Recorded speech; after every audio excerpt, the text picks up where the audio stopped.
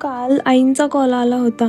छान गप्पा रंगल्या होत्या. बोलता बोलता आईंनी सहज विचारलं, "मग झाली का तयारी नागपंचमीची?" मी म्हटलं, "आई, इथे कुठलं वारूळ? त्यामुळे बाकीचे सगळे सण, संक्रांत, पाडवा, रंगपंचमी साजरी करतो. बट नागपंचमी इथे आजपर्यंत कोणी केली असेल असं नाही वाटत मला." त्यामुळे माझ्याही डोक्यात नागपंचमीचा काही विचार नव्हता. तिथेच ते बोलणं थांबलं. पण कॉल ठेवल्यानंतर माझ्या मनात विचार आला, आईंना वाटत होतं तर आपण काहीतरी करून नागपंचमी साजरी करायची का? मग काय लगेच तयारीला लागले.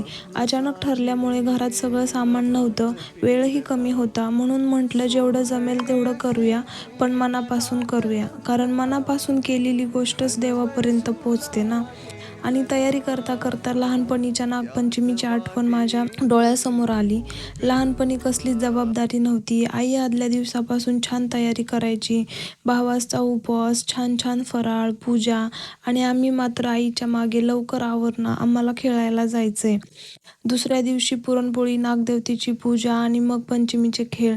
किती सुंदर होते ते दिवस. त्या आठवणी आल्या आणि खरंच वाटलं, उगाच मोठे झालो आपण. किती सुंदर होतं ते बालपण. आईची ती लगबग आठवून मीही आदल्या दिवशीपासून थोडी तयारी सुरू केली होती. शेवटी मुली आईकडूनच हळूहळू शिकत असतात ना. आणि मी तर सासरी आल्यावर माझ्या सासूबाईंकडूनही कितीतरी बारीक-सारीक गोष्टी शिकले. जी मुलगी कधी काळी साधा चहा बनवू शकत नव्हती, ती आज सगळं स्वतः हँडल करते.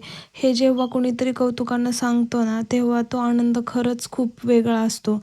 आणि म्हणूनच यंदाची नागपंचमी माझ्यासाठी फक्त एक सण नाही, तर आईच्या आठवणी, बालपण आणि आज मी शिकत गेलेल्या सगळ्या गोष्टींचा एक सुंदर प्रवास आहे.